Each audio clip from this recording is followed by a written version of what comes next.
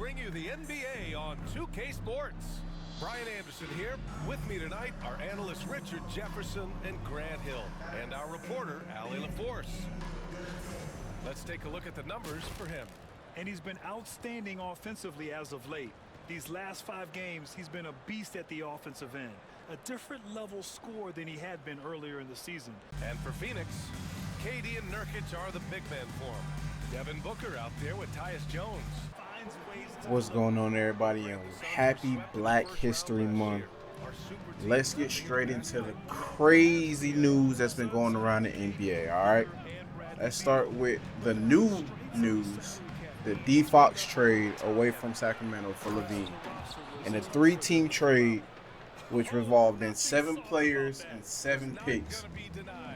I feel like it was a power move by De'Aaron Fox, because if you're not going to pay me the bread after all I put into this organization, I'm going to leave.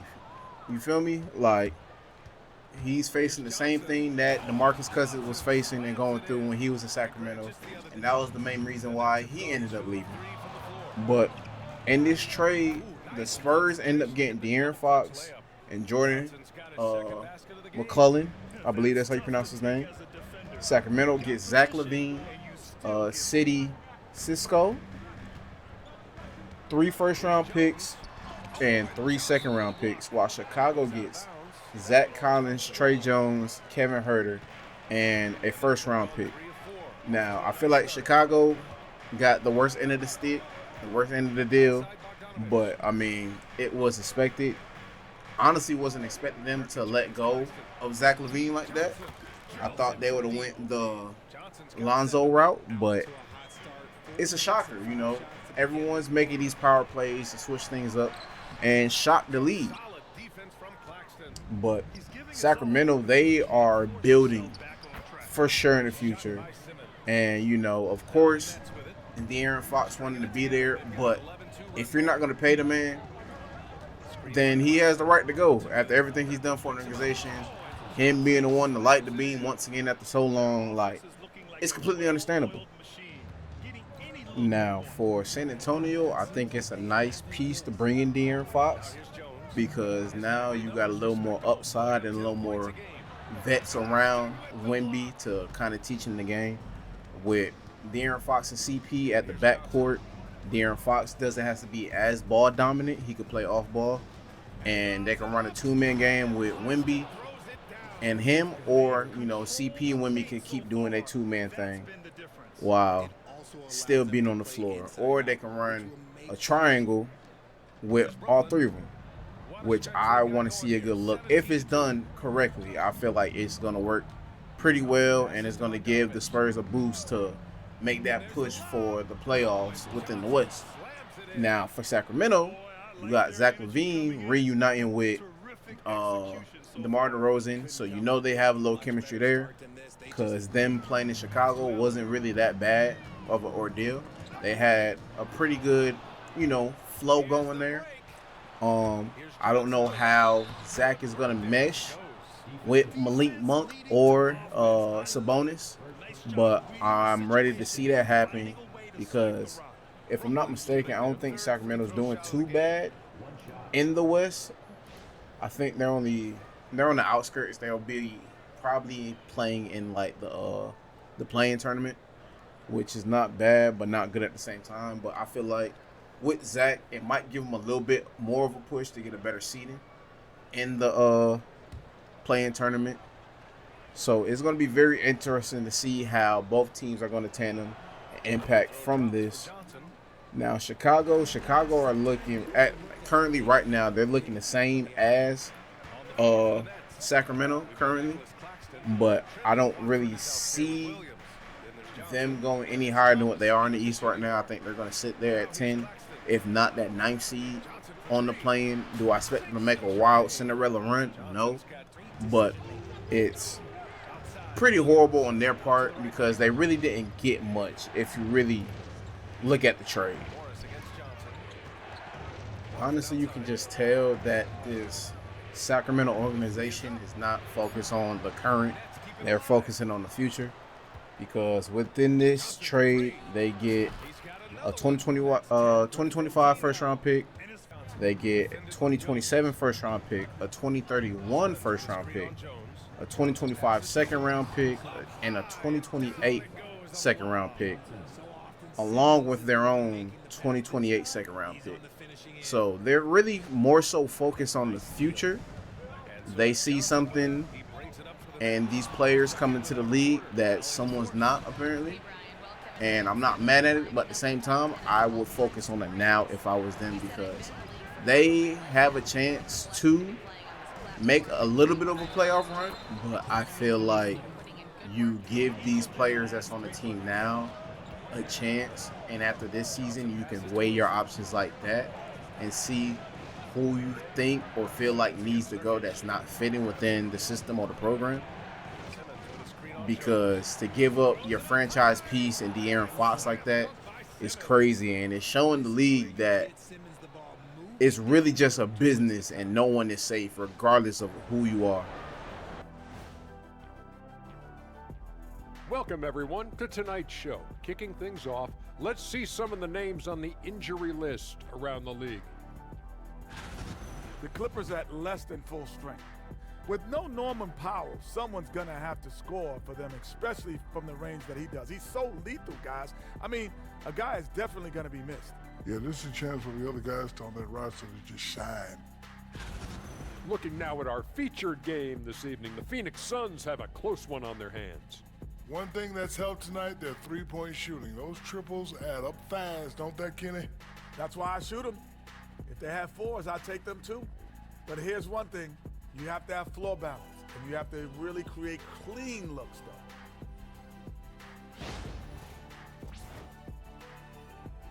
And that's it for halftime. Thank you for joining us. We send you back to Brian Anderson for the start of the third quarter.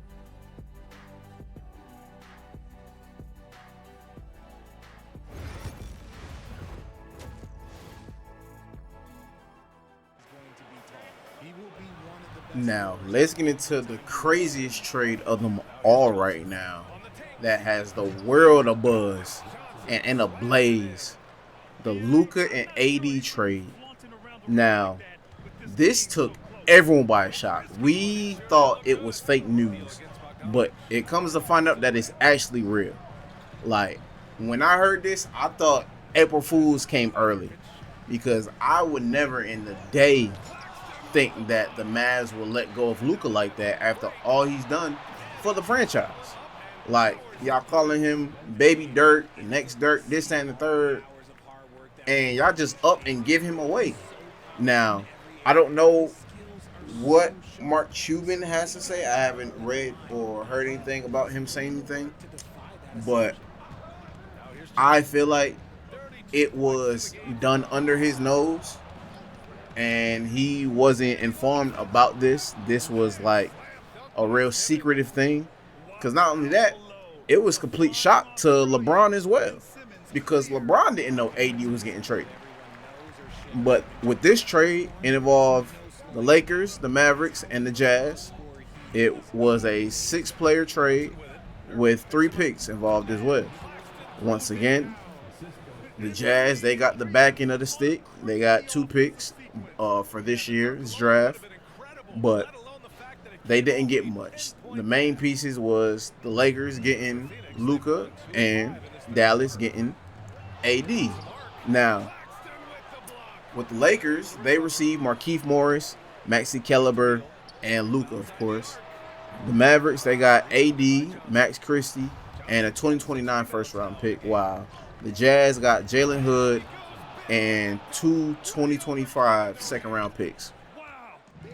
Now, seeing how these two teams are going to play for the rest of the season is going to be very interesting, and really going to have all eyes on both of them, because if you look at the aspect of it from Dallas, you get not a center in Anthony Davis, but you get a point forward, because Anthony Davis is not a certified 5.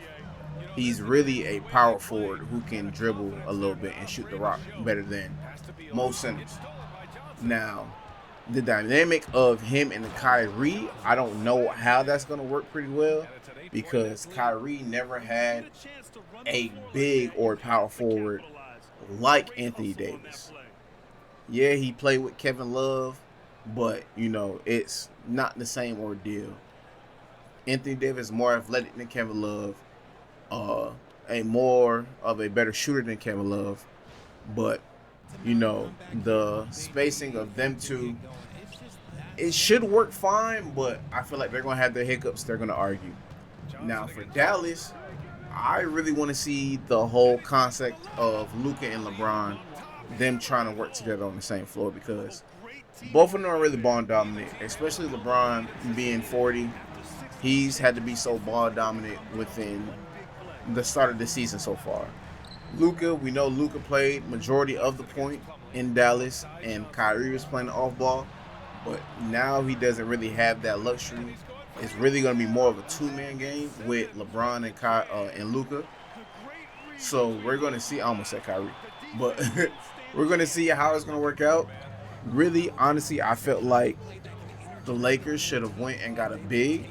You didn't need to get a big name big. You could have got like a low-end big.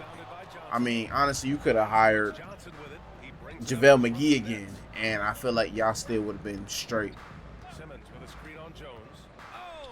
Now, with this Dallas organization, it's kind of a slap in the face to not only the fans, but to the players as well, because you just gave away one of your franchise pieces, your star possessions, and Luka, for Anthony Davis, a person who's really injury prone and has, you know, a problem with staying healthy. It really makes no sense if you really think about it, because why would, in their right mind, would anyone even agree to this? Like, you making a name for sure, but it's not a good name. Honestly, whoever came up with this idea, who came up with this decision, should be fired from that Dallas organization, because it's just stupid in my opinion and in my eyes. Honestly, on the upside of this trade, I really feel like if Anthony Davis is able to stay healthy, Dallas wins this trade, because you have a power forward or a big now that's good on the offensive end and the defensive end. So it kind of helps hand in hand, as long as he's healthy. And that's only Anthony Davis' main concern. If he's not healthy, then it's going to be a horrible trade, and everyone's going to think it's stupid. But if he stays healthy, he's able to give Dallas that extra push within the West to make another title run. Now with Luka and LeBron, it's kind of iffy, because it's like you don't have that centerpiece down low to help against someone of Anthony Davis's caliber. So if you're going against teams with bigs like Denver, Philly, I mean even Boston with Porzingis and Al Horford, it's like you're really stuck. You're really gonna have to rely on LeBron and Luka to carry on those games, which they're just two people. They can't do it all themselves. Like, we seen it in Dallas with Luka and Kyrie when they went to the finals last year, and they couldn't do it on themselves either. Kyrie didn't play as well. Luka did all he could within that final series, and it just wasn't enough. So if everyone stay healthy, it's going to be very interesting, but we're going to see how it plays out.